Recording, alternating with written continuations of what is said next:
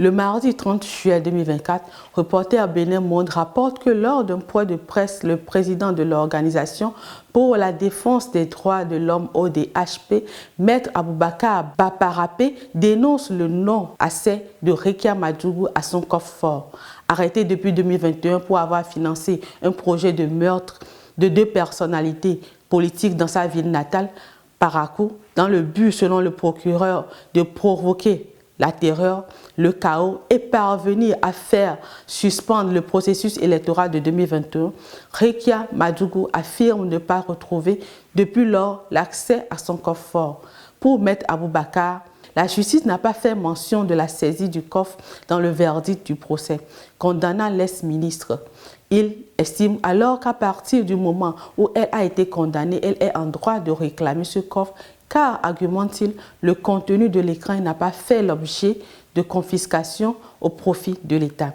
Pour la récupération du coffre de Rekia, Maître Baparapé dit avoir saisi en vain le procureur spécial suivant les procédures prévues par la loi. Alors, il a jugé bon de porter l'affaire à l'attention du président Patrice Talon, espérant qu'il donnera gain de cause. Rappelons les faits. Rekia Madougou, diplômée de l'Institut supérieur européen de gestion de l'île, est devenue en 2008 ministre de la microfinance, de la jeunesse et de l'emploi des femmes, puis ministre de la Justice et porte-parole du gouvernement au Bénin.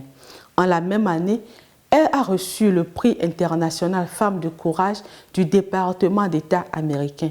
En 2012, elle a été félicitée par le Programme des Nations Unies pour le développement PNUD pour ses programmes de microcrédit. En 2017, Rekia est devenue la conseillère du président togolais Faure Gnassingbé et sa chargée de communication. En 2020, elle a reçu le prix spécial du leadership de l'année délivré au Musée des civilisations noires de Dakar. Mais en avril 2021, l'ex-ministre béninoise de la Justice sera arrêtée lorsqu'elle rentrait d'un meeting politique à Porto Novo pour une dizaine de policiers qui ont stoppé son véhicule et l'ont conduite dans les locaux de la Cour de répression des infrastructures économiques et du terrorisme. En sa présence, les policiers procéderont dès le lendemain de son arrestation à la perquisition de son domicile situé dans le quartier des Villas Sensat à Cotonou et en seront repartis, selon les informations du journal Le Monde, avec un coffre-fort à bijoux dont la détenue n'aura pas accès jusqu'à ce jour.